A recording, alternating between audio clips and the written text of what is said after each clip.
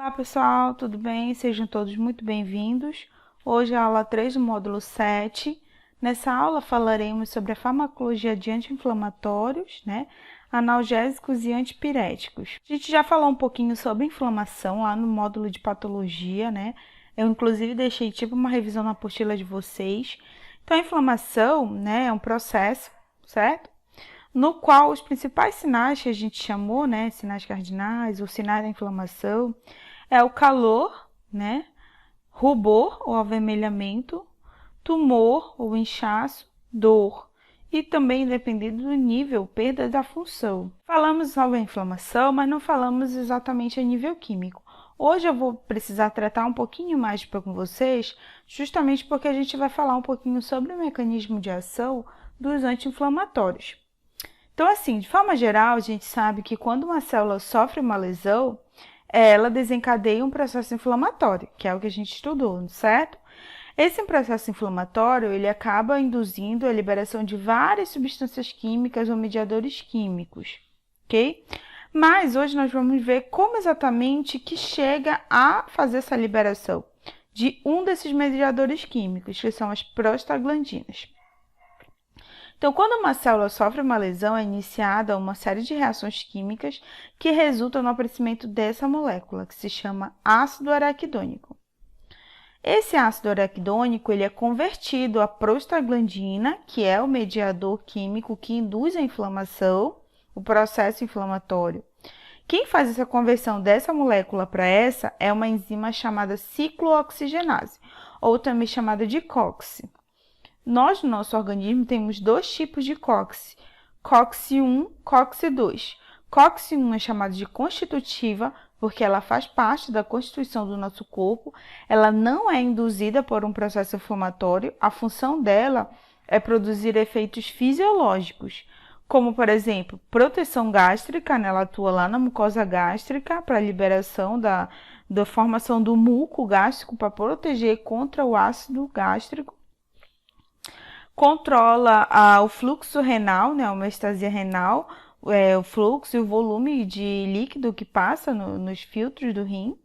E também tem uma função plaquetária, ativar a função plaquetária.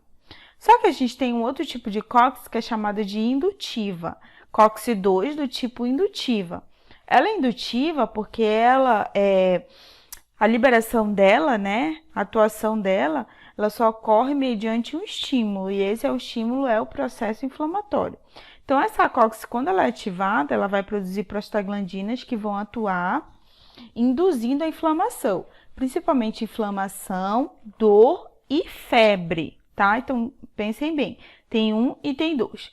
Hoje, nós não temos medicamentos tão específicos para inibir apenas um tipo de enzima, para interferir na produção de apenas um tipo de prostaglandina. É por isso que a maioria dos medicamentos, do que a gente vai ver aqui, que a gente chama de anti-inflamatórios, eles acabam também apresentando um efeito, principalmente gástrico, certo? Acredito que algumas pessoas possam ter, outras não, isso daí depende. Mas os efeitos colaterais são derivados justamente disso, porque eles acabam afetando os dois tipos de COX. A dor, vamos falar um pouquinho sobre inflamação, dor e febre. Então, agora nós vamos falar de dor. A dor é desencadeada após a ativação de receptores chamados nociceptores, que estão presentes lá no cérebro. Esses nociceptores, eles são ativados através de estímulos dolorosos, pode ser mecânico, pode ser térmico, por temperatura ou químico. Esses nossos receptores são sensibilizados, por mediadores químicos chamados bradicinas, de novo aqui, prostaglandinas e histamina, que são os mediadores da inflamação. Então, quando a gente tem um aumento da quantidade de prostaglandina, por exemplo, acabam ativando esses nossos receptores e aí se tem o estímulo para a dor. A febre, a resposta também é um estímulo prejudicial. Pode ser provocado por uma grande variedade de agentes nocivos. O que se sabe é que através desses mediadores químicos também eles funcionam como pirógenos. O que são pirógenos? São substâncias que provocam o aumento da temperatura. Então, elas acabam interferindo lá no hipotálamo, lá no cérebro também. O hipotálamo, ele que faz a regulação da temperatura, quando a temperatura do nosso corpo tem que aumentar e quando tem que diminuir. Então, para o tratamento da inflamação, a gente utiliza os chamados anti-inflamatórios não esteroidais. A gente utiliza os anti-inflamatórios esteroidais, que a gente vai falar na próxima aula. Para o tratamento da dor, anti-inflamatórios não esteroidais e analgésicos opiáceos também. E o tratamento da febre, anti-inflamatórios não esteroidais. Aí eu estou falando de inflamatórios não esteroidais e agora eu vou falar, né, exatamente o que são isso. Anti-inflamatórios não esteroidais também são chamados de AINES. Eles atuam inibindo principalmente quem? Aquelas ditas enzimas que nós estudamos lá no início, chamadas de ciclooxigenase. O que eles vão fazer? Ele vai se ligar nessa enzima, porque elas são um tipo de alvo farmacológico dessa classe de fármacos. E aí eles inibem essas enzimas e, consequentemente, eles vão interferir na produção das prostaglandinas, né? Porque já que é ela que converte para formar a prostaglandina. Então, como eles interferem na produção das prostaglandinas, eles acabam tendo efeito analgésico, diminuir a dor, antipirético, antitérmico, diminuir a febre, e anti-inflamatório, diminuir a inflamação. Esses são os efeitos dos AINES, gente, analgésico, antitérmico e anti-inflamatório. Esses efeitos, eles são simultâneos, certo? Então, aqui a gente tem um tipo de AINE, né, que são os salicilatos, ou ácido acetil salicílico, que é um princípio ativo muito utilizado para reduzir a inflamação, a dor e a febre. Então, ele tem também efeito anti-inflamatório, analgésico, antitérmico e ele tem um efeito adicional, antitrombogênico. Justamente por quê? Porque ele acaba inibindo aquela COX que tem lá a função na plaqueta, certo? Então, ele tem um efeito chamado desagregante plaquetário, né? Que ele é utilizado para evitar a formação de trombos. É por isso que em doses baixas eles são muito utilizados como cardioprotetor, né? Pacientes cardiopatas que já tiveram problemas, né, de trombos, e aí eles precisam utilizar. Ele é contraindicado em caso de suspeita de dengue, principalmente porque, como eu falei para vocês, eles tendem a diminuir a formação de trombos, interferir na função da plaqueta e pode aumentar processos hemorrágicos. Então, a AS é utilizado para o tratamento menos grave da dor, como dor de cabeça, cólicas menstruais, traumas e dores musculares. A gente tem vários tipos de medicamentos, a gente tem ele sozinho, que é a aspirina, que é o ácido acetil salicílico, a AS 100 mg, que é a dose mais baixa, mas a gente tem várias outras formas que eles estão aqui, ó, presente dentro da formulação. Agora a gente já sabe o nome do medicamento e o nome do fármaco, então toda vez que vocês comprarem um medicamento desse, por exemplo, para dor, vocês vão identificar aqui quem é. Um AINE, ó, ácido acetil salicílico, certo? Então, vocês observem aqui, que muitas das vezes ele está em associação. Outros são os derivados do ácido propiônico, que a gente tem nessa classe aqui, o ibuprofeno, naproxeno, cetoprofeno, flubiprofeno. Os exemplos aqui, ó, o Advil, que é ibuprofeno, Ibuprofex, Buprovil, Buscofen, que é ibuprofeno também, alívio. Então, a gente tem, na verdade, ibuprofeno e muito. O ibuprofeno hoje é o mais utilizado, principalmente, né, para dor, para febre e para inflamação. A gente tem também o cetoprofeno, esse Flanax, que é o naproxeno, e tem o próprio Strepsil, né, que é aquela pastilha anti-inflamatória que a gente utiliza contra a garganta inflamada. A gente tem também derivado do ácido acético, como indometacina, sulindaco, etodocolato, diclofenaco e cetocoralaco. Então, muitos desses são utilizados para distúrbios musculoesqueléticos, quando a gente tem dor ou inflamação nos músculos, né? Em caso de artrite também. Então, a gente tem aqui o Flancox, que é muito utilizado, a indometacina. Esse daqui que é um creme, né, que é o diclofenaco sódico. Ele é muito utilizado também, um gel, que passa em caso de contusões. Tem o diclofenaco e tem esse daqui que é o cetrocolac, ou cetrocolato. Tem também os derivados de oxicam, que são piroxicam, que é bem tolerado, tem uma ação bastante longa. Aqui é o piroxicam. E tem também os derivados de sulfonalidas, ou nimesulida. Nimesulida também é um AINE, tá?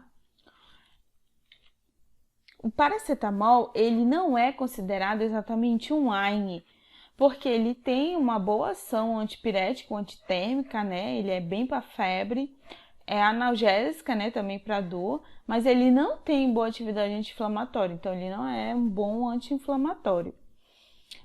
Em muitos países tem uma restrição de uso desse, pelo risco de hepatotoxicidade, que é o efeito tóxico no fígado, que ele lá na hora do metabolismo no fígado, ele produz um metabólito tóxico, que é potencialmente hepatotóxico em doses muito elevadas, principalmente acima de 4 gramas. Então tem restrição de uso, principalmente para pacientes com algumas doenças hepáticas, né? Então, paracetamol, a gente também tem ele, né? Só o paracetamol, mas a gente acha em uma infinidade, principalmente nesses medicamentos que eles falam, medicamentos para gripe, né? Que nada mais são do que uma associação de AINES, esses medicamentos. Como aqui resfenol, fluviral, multigripe, cimegripe, Tilenol. Então, tudo aqui tem paracetamol e mais outros. Tem também antialérgico que a gente vai ver, certo? Dipirona ou metamizol. Dipirona também não é considerado um AINE, mas ela tem uma ação analgésica muito boa e também ação antitérmica, né? Mas não tem boa atividade anti-inflamatória. Então, em alguns países tem restrição de uso pelo risco de agranulocitose, principalmente em crianças, que eles avaliaram os estudos. Uma certa alteração no sangue, a granulocitose é uma alteração no sangue causada pela falta ou acentuada redução das leucócitos, são células de defesa.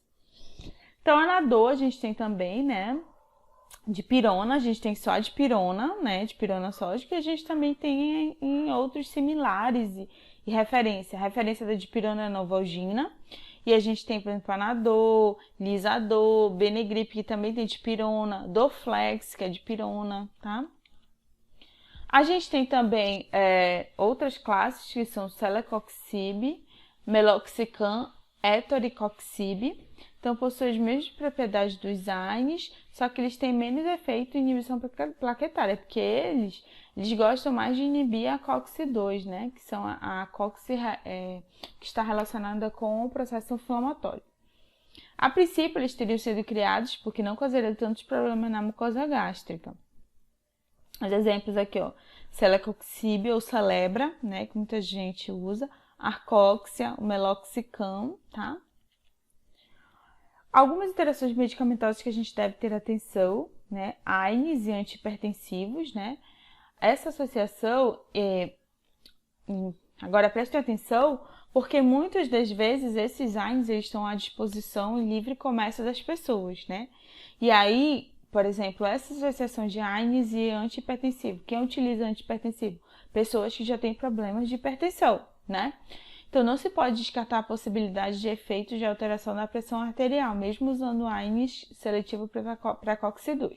Por quê? Porque, principalmente, a gente viu lá que ele pode interferir na questão da vasodilatação, alteração do fluxo a nível renal. E a gente já sabe que o rim ele contribui para o controle da pressão arterial. Por esse motivo, deve-se ter cuidado nessa associação, mesmo sendo os AINES para o COX-2 pelo risco de agravar o quadro de hipertensão, certo? AINES e anticoagulantes. Por quê? Interferência na ação dos anticoagulantes, já que os AINES têm um efeito de hipocoagulabilidade, ou seja, ele tem o efeito de diminuir o processo de coagulação sanguínea. Então, para uma pessoa que toma anticoagulante devido ter um problema, né, de coagulação ou problemas de algum fator lá no sangue de coagulação, pode ter aumentado o risco de sangramento, então tem que ter muito cuidado. AINES e jejum alimentar. Então, as ações dos AINES naturalmente inibem a produção das prostaglandinas. A gente viu que uma dessas prostaglandinas, elas têm a função de estimular a produção de muco na mucosa gástrica, né? Então, ela tem uma certa proteção gástrica, uma função. Então, quando você diminui essa prostaglandina, você diminui a proteção da mucosa gástrica. E aí, você deixa ela mais exposta à ação do ácido gástrico. Muitas das vezes, isso vai causar uma irritação gástrica, pode causar gastrite, pode até ser mais grave, como úlcera, né? Dependendo do tempo de exposição. Vamos falar agora sobre analgésicos opioides ou opiáceos. Opioides tem naturais, são encontrados em plantas, por exemplo, a papoula, e também tem alguns produtos do nosso corpo, né, que são opioides endógenos. Então, o que eles fazem? Eles modulam a dor, ou seja, eles controlam a dor, que é a analgesia, principalmente em situações críticas. Então, eles se ligam nos receptores opioides presentes em todo o nosso sistema nervoso. Então, eles conseguem ligar em todo o sistema nervoso central e periférico para diminuir a dor, tendo como efeito analgesia, né, alívio da dor, sedação, que é dificuldade de consideração e sonolência, causando sono, e também euforia. No caso da morfina, pode ter euforia, e caso não haja dor, disforia, inquietação. Um exemplo é a morfina, são medicamentos analgésicos, essa morfina é uma desses que foram extraídos da papoula, aplicados para tratar dores de intensa, moderada a severa, né? Morfina é muito utilizada no hospital, aí a gente já tá falando de dor mais intensa, tá? Dor de intensidade moderada a severa. A gente tem também o tramadol, ou tramal, que é utilizado como analgésico de ação central, para o tratamento de dor de intensidade moderada a severa também. A gente tem também a codeína, que é usado no tratamento de dor leve a moderada e também como antitussígeno. Então, quando a gente está falando de analgésicos opioides, significa que aquela dor ela já não conseguiu ser tratada mais com os AINES, tá? Um desses efeitos desses opioides ou opiáceos é porque eles podem provocar constipação, bradicardia, né, que é a alteração do ritmo cardíaco, depressão respiratória, né, diminuição da capacidade respiratória, supressão do reflexo da tosse. Alguns opioides podem desencadear uma liberação de histamina, resultando em urticária, prurido, broncoespasmo e hipotensão. Só que, assim, os efeitos mais perigosos, digamos assim, dependendo do uso a longo prazo, é dependência física e psicológica. Então, essa foi a aula de hoje, pessoal. Espero que vocês tenham entendido. Qualquer dúvida, entre em contato comigo. Por favor, leiam a apostila, façam o exercício e tenham uma ótima semana.